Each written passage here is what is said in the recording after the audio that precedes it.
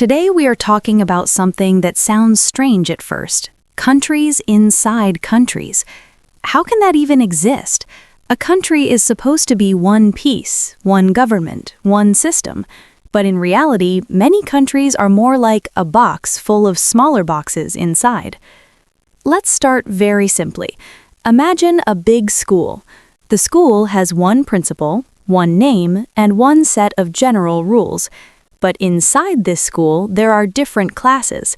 Each class has its own teacher, its own rules, and sometimes even its own traditions. The principal decides big things, but teachers decide many small things. That's how many countries work. These classes inside countries are called states, regions, republics, provinces, or subjects. The names are different, but the idea is similar.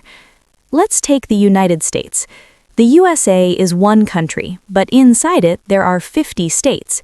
Each state is like a small country with its own laws. For example, in one state you can buy alcohol at 18, in another only at 21. In some states, certain things are legal. In others, they are illegal. Each state has its own governor, its own parliament, and even its own police. But at the same time, all states follow the U.S. Constitution and listen to the federal government. So it's like freedom inside a frame. Think of it like a family. Parents set the main rules: don't steal, don't hurt others, go to school. But each child has their own room and can decide how to arrange it. One likes posters, another likes books. That doesn't break the family, it makes it flexible. Now let's talk about Russia.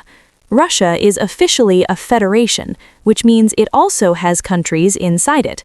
They are called subjects of the federation. Some are regions, some are territories, and some are republics. The republics are especially interesting. They often have their own language, culture, and even their own constitution. For example, Tatarstan or Chechnya are part of Russia, but they are also very different from Moscow in culture and traditions. Imagine a group of friends traveling together. One friend is quiet, another is loud, another listens to different music. They are one group, but they are not the same people. That's how federations work. Now let's take another example: Germany. Germany is divided into states called Länder. Each land controls education, police, and local laws. That's why school systems in Germany can be different from region to region.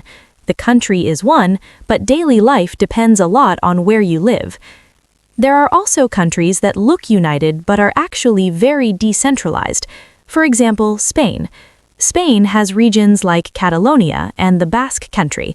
These regions have strong identities, their own languages, and a lot of self-government. Some people there even feel more connected to their region than to the country itself. This sometimes leads to conflicts because not everyone agrees on how much independence is too much. So why do countries do this? Why not just control everything from one center? Because countries are made of people, and people are different. Different history, language, religion, and economy. When one center tries to control everything, tension grows. Giving regions some power helps keep the country together. It's like holding sand in your hand. If you squeeze too hard, it falls out. If you hold it gently, it stays. But this system also has problems. Sometimes regions want more power. Sometimes they want to leave completely. Sometimes local leaders become too strong. Balance is hard. The key idea is this: a country is not always one solid block. Very often, it's a system of smaller countries living under one flag. Some have more freedom, some less. Some work well, some don't. Understanding this helps explain why laws differ, why politics is messy, and why unity is harder than it looks. Peace to you and to your world. See you next time.